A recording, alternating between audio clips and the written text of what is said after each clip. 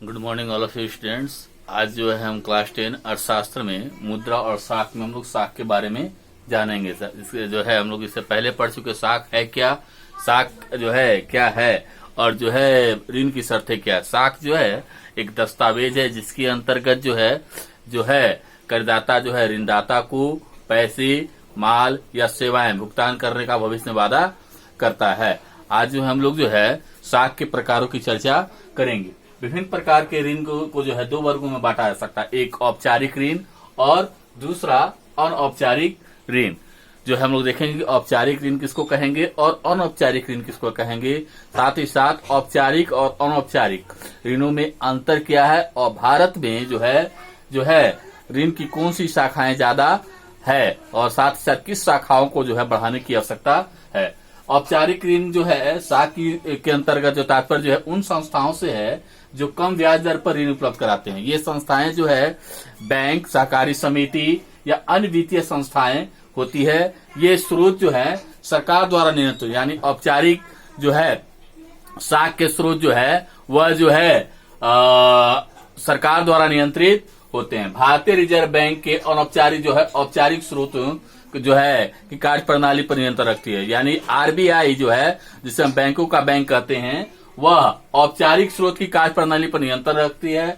भारतीय reserve bank द्वारा समय समय पर मौद्रिक नीति की भी जो है घोषणा की जाती है, यानी समय समय पर जो है आरबीआई द्वारा मौद्रिक नीति घोषणा की जाती है। इस नीति के अंतर्गत जो है आरबीआई बैंक जो है ऋण के संबंधित जो है ऋण की शर्तों, ब्याज की दर, समर्थक ऋणधार इत्यादि कई चीजों की घोषणा करती है। तीसरा जो है इसमें जो है औपचारिक ऋण की ब्याज जो है कम ब्याज वसूल करते हैं। औपचारिक क्षेत्र जो प्राप्त जो ऋण है वह कम ब्याज वसूल करते हैं। दूसरा जो है ऋण की दरें निश्चित होती है। जो औपचारिक क्षेत्र में जो प्राप्त ऋण है उनकी जो ब्याज की दरें होती है निश्चित होती है। अब हम लोग देखते हैं अनौपचारिक क्षेत्र के अंतर्गत जो है कौन कौन से आते हैं और किसको कहेंगे। अनौपचारिक क्षेत्र के स्रोत के तात्पर्य जो है उन लोगों से है जो अत्यधिक ब्याज दर पर ऋण वसूल करते हैं, यानी ये जो है औपचारिक क्षेत्र जो प्राप्त ऋण की जो है से प्राप्त ऋण है वह जो है उससे ज्यादा ऋण वसूल करते हैं। ब्याज की दर इनकी काफी ज्यादा अत्यधिक होती है। इसमें अनौपचारिक में जो है साहूकार, व्यापारी, मालिक, रिश्तेदार, दोस्त इत्यादि आते हैं। यानी जो है साहूकार, मालिक और रिश्तेदार से जो ऋण लिया जाता है वह जो है अनौपचारिक स्रोत के अंतर्गत आते हैं। इनकी गतिविधियों एवं कार्य प्रणाली पर जो है किसी का नियंत्रण नहीं होता है, यानी कोई ऐसी संस्थाएं नहीं है जो अनौपचारिक जो है ऋण के साख के स्रोतों पर नियंत्रण रखे। औपचारिक ऋणदाता की तुलना अनौपचारिक क्षेत्र के ज्यादातर जो है ऋणदाता जो है कहीं अधिक ब्याज वसूल करते हैं। ये जो ऋणदाता है जो साहूकार से, परिवार से या मालिक से, रिश्तेदार से, दोस्त से जो ऋण लिया जाता है वह औपचारिक यानी बैंक से, सहकारी समिति से या अन्य वित्तीय संस्था जिस पर सरकार का नियंत्रण होता है उससे कहीं ज्यादा जो है अनौपचारिक क्षेत्र से प्राप्त ऋण है वह जो कहीं ज्यादा ब्याज वसूल करते हैं। ये जो ऐच्छिक तौर पर ऋण वसूल करते हैं, यानी ये परिस्थितियों पर जो वसूल करते हैं। हम लोग ने पढ़ा कि ऋण जो है वह ऋण की शर्त जो है वह परिस्थितियों पर भी निर्भर है। ब्याज की दर, ऋण की शर्त में हम लोग ब्याज दर, समर्थक ऋणधार और जो है कागजात के उद्रा के बारे में चर्चा की। ऋण की शर्तों में जो है एक ऋण की व्यवस्था जो है दूसरे ऋण की व्यवस्था से बिल्कुल अलग रहती है, यानी एक ऋण की व्यवस्था जो दूसरे ऋण की व्यवस्था से पूर्णतः अलग है। यह जो कर्ज की शर्तें जो है वह जो उधारदाता और करदाताओं की जो है प्रकृति पर भी निर्भर करता है। अब हम देखते हैं कि भारत में जो है किसकी शाखाएं जो है ज्यादा है।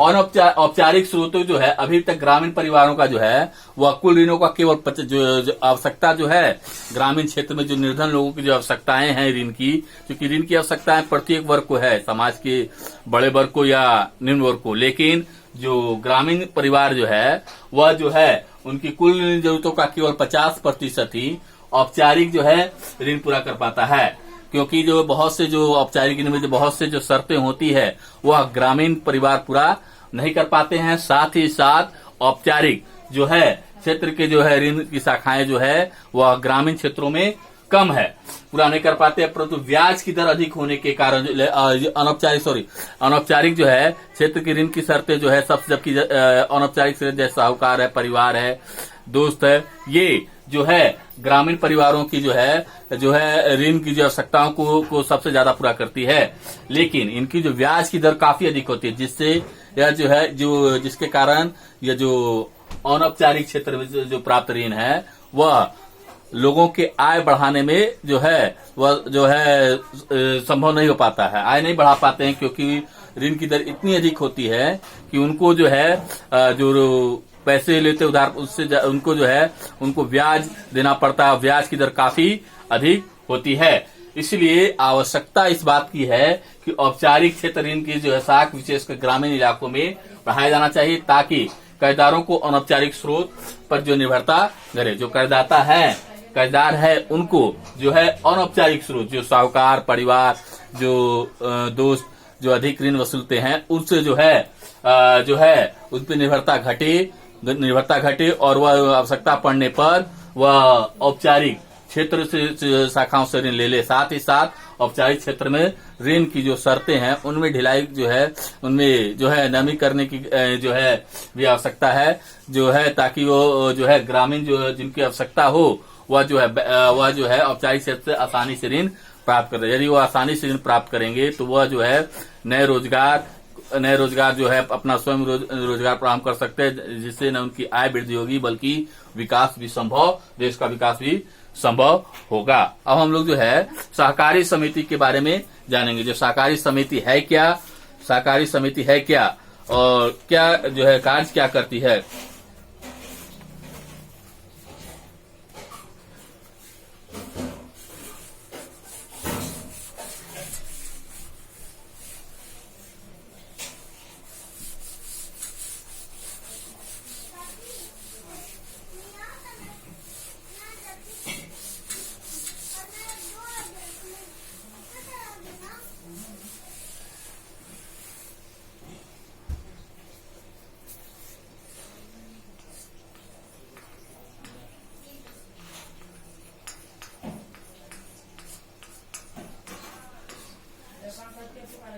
सहकारी समिति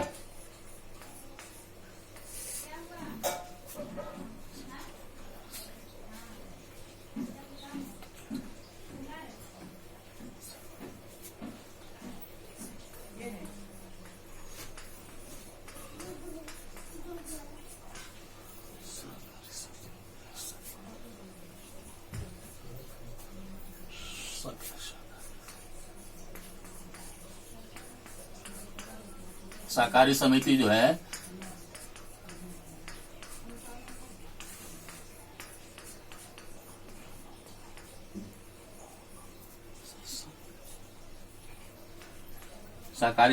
है लोगों का ऐसा संघ है जो अपने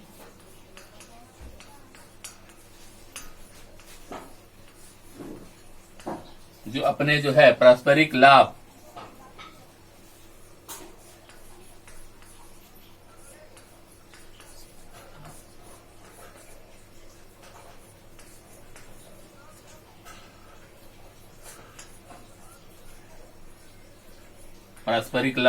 के लिए पारस्परिक सामाजिक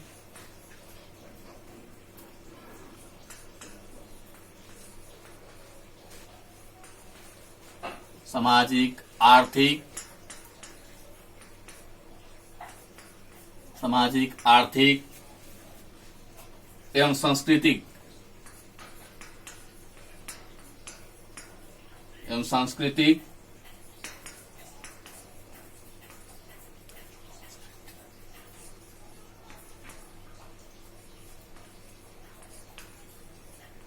सांस्कृतिक लाभ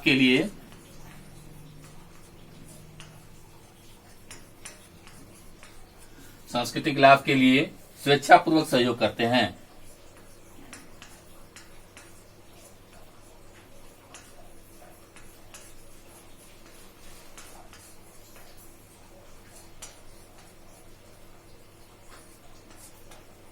स्वेच्छापूर्वक सहयोग करते हैं।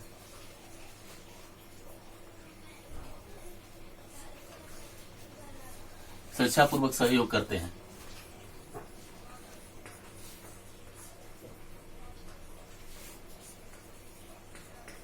स्वेच्छापूर्वक सहयोग करते हैं, इसका अर्थ ही है साथ मिलकर कार्य करना।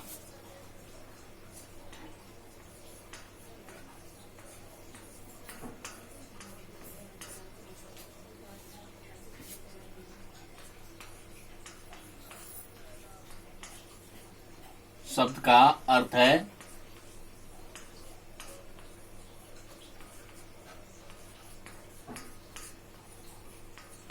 साथ मिलकर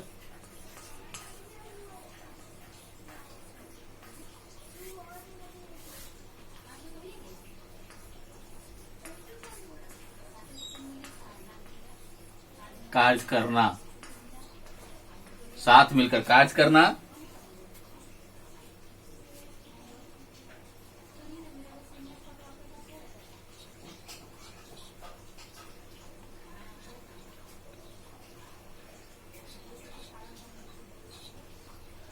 कार्य करना, ऐसा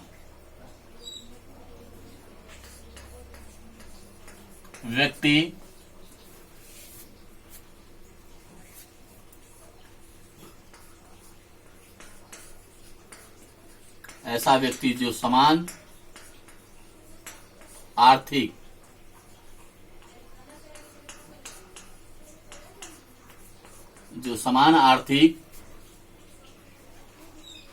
उद्देश्यों के लिए साथ मिलकर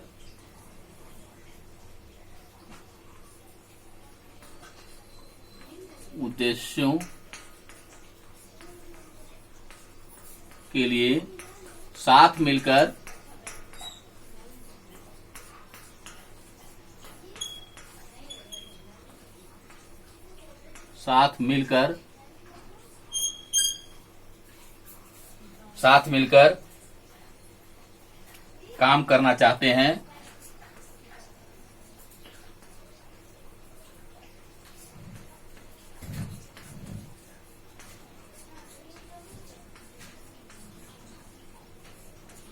काम करना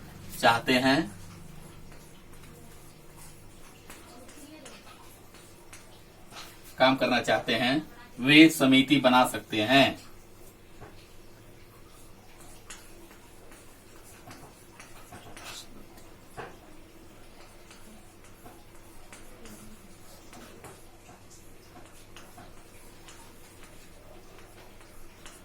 बना सकते हैं, इसे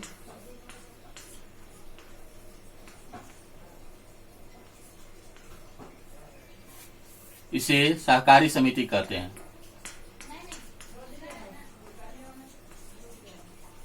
इसे सहकारी समिति कहते हैं। सहकारी समिति कहते हैं।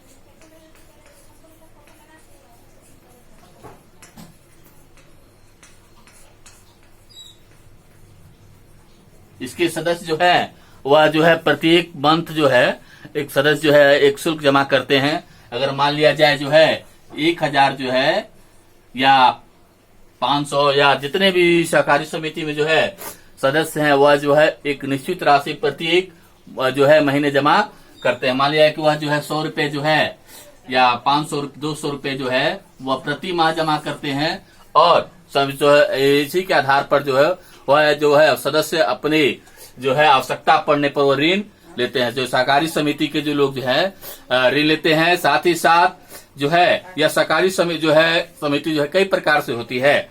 जो विभिन्न प्रकार से समितियां होती है वो अलग अलग क्षेत्रों में कार्य करती है।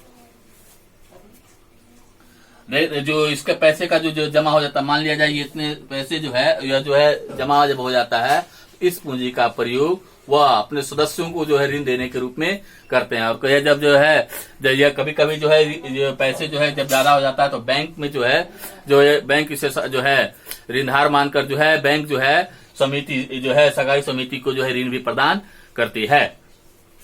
अब देखते हैं प्रकार के बारे में।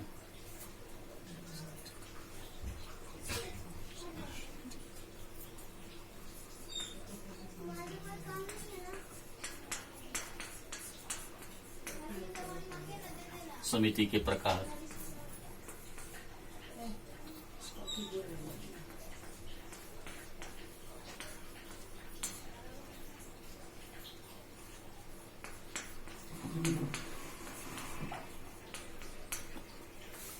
पहला जो है वह है उत्पादक सहकारी समिति।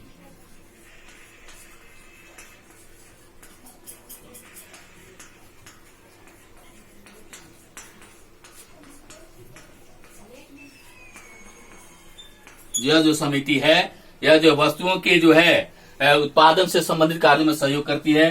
दूसरा, निर्माण के जो है निर्माण के समय जो सहयोग करती है। दूसरा, उपभोक्ता जो है सहकारी समिति।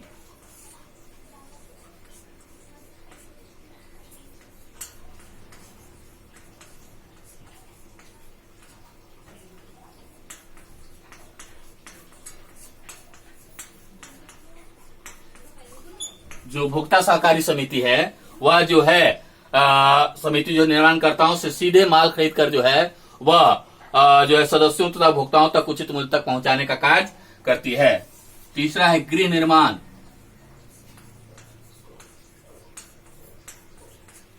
जो है गृह निर्माण समिति, गृह निर्माण सहकारी समिति, सहकारी समिति,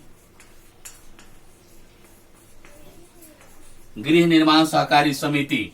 जो गृह निर्माण सहकारी जो समिति है वह जो है भूखंडों तथा जो है मकान की जो आवश्यकता जिनको है उनके लिए जो बनाया गया जो है समिति है। यह जो है गृह निर्माण से संबंधित कार्यों में जो सहयोग प्रदान करती है। किसी को जमीन खरीदना या मकान खरीदता तो जो समिति के सदस्य जो है उनको वह ऋण प्रदान करते हैं। चौथा है ऋणदाता। चौथा है ऋण दाता सहकारी समिति, ऋणदाता सहकारी समिति।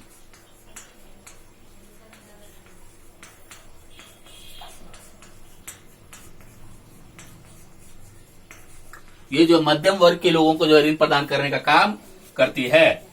पांचवा सहकारी कृषि। सहकारी जो कृषि है वह कृषि से संबंधित विपणन कार्यों के लिए जो है ऋण प्रदान है। किसानों द्वारा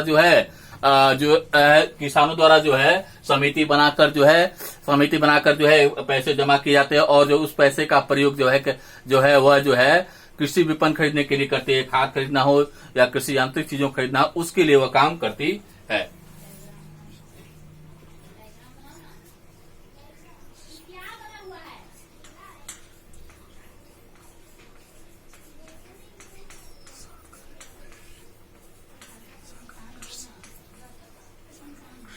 समिति,